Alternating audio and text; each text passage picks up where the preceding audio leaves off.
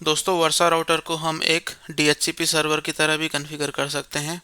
इस एग्जांपल में हम देखेंगे कि हमने ब्रांच इंटरनेट CP3 को एक DHCP सर्वर बनाया है और उससे हमने एक एड्रेस पूल के थ्रू IP असाइन किए हैं। उसके लैन पोर्ट पर हमने एक विंडोज़ मशीन को कनेक्ट किया है और उस पर DHCP की सेटिंग रखी है।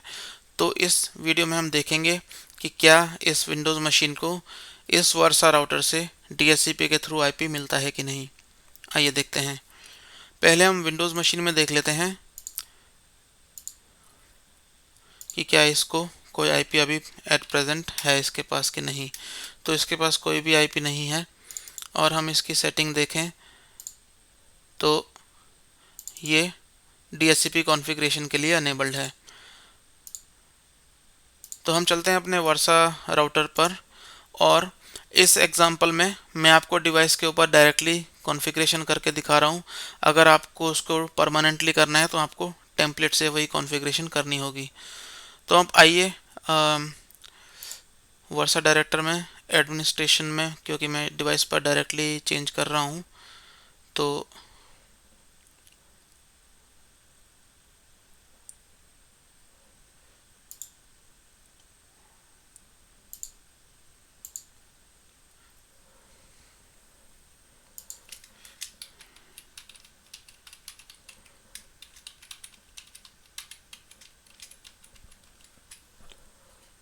यहाँ पर वर्सा डायरेक्टर में मुझे दोबारा से लॉगिन करना पड़ रहा है।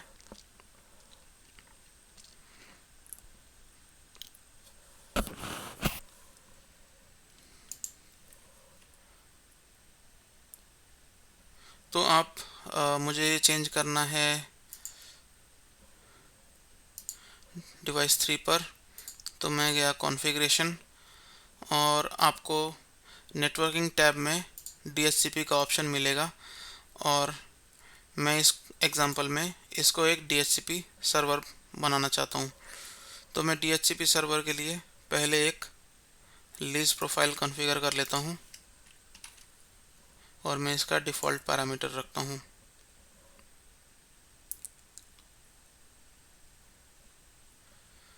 लीज प्रोफाइल कॉन्फ़िगर करने के बाद मैं आता हूँ एड्रेस पूल पर और मुझे यहाँ पर एड्रेस पूल डिफ़ाइन करने हैं।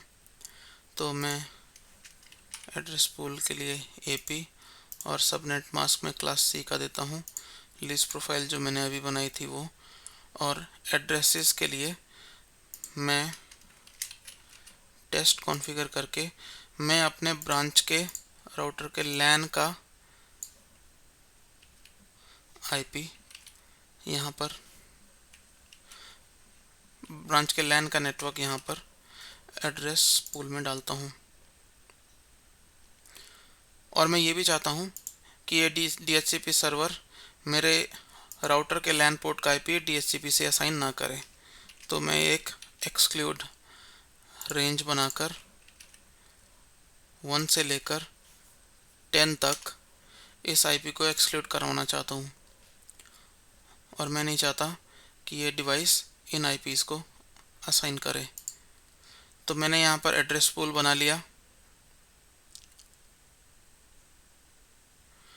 एड्रेस पूल बनाने के बाद अब मुझे क्रिएट करना है DHCP सर्वर और DHCP सर्वर बनाने के लिए मैंने इसका नाम दिया DHCP टेस्ट मैच।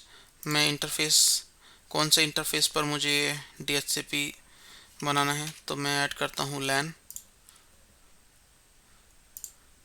मैं इसको IP एड्रेस डायनेमिकली असाइन करना चाहता हूँ और एड्रेस पूल AP से, और इसी एड्रेस पूल AP में मैंने अपने राउटर का LAN IP एक्सक्लूड किया हुआ है।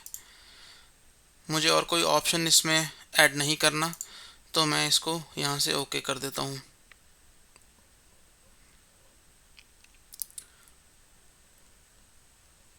ये करने के बाद मेरा DHCP सर्वर का कॉन्फ़िगरेशन पूरा हो चुका है। अब इस मशीन में आकर हम देखते हैं कि क्या इसको कोई IP मिला है कि नहीं। हम इसका IP रिन्यू करके देखते हैं।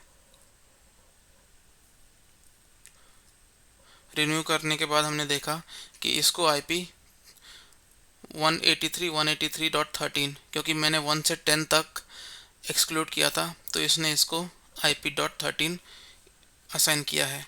अब मैं देखता हूँ कि क्या मैं इंटरनेट पिंग कर पाता हूँ यहाँ से। तो यहाँ पर मैं इंटरनेट भी पिंग कर पा रहा हूँ, क्योंकि ये डिवाइस मेरा इंटरनेट के थ्रू भी रीचेबल है, क्योंकि इंटरनेट से ही कनेक्टेड है।